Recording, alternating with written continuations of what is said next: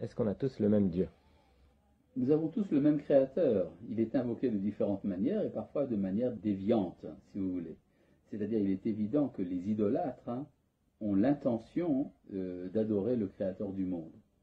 Et c'est ce que le Talmud appelle Elaha de Elahaya, le Dieu des dieux. Simplement, il y a des relations d'ordre direct et des relations indirectes.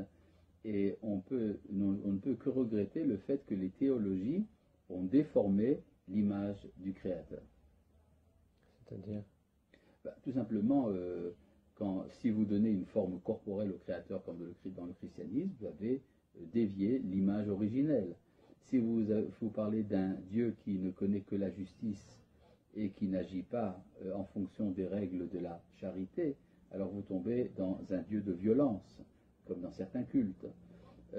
Si vous parlez uniquement de la spiritualité absolue, comme dans le bouddhisme, alors vous oubliez le concret.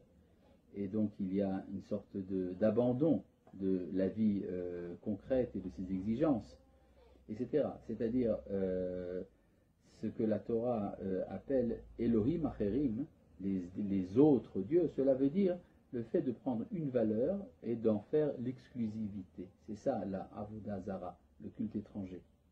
Tandis que à travers le Dieu d'Israël, nous connaissons ce qu'on appelle l'unité des valeurs. Et c'est là que nous retrouvons le créateur de toutes les valeurs.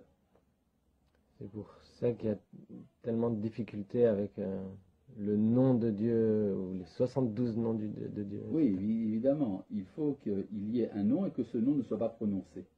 Si vous le prononcez, déjà vous le profanez, vous essayez de concrétiser ce qui n'est pas concrétisable, si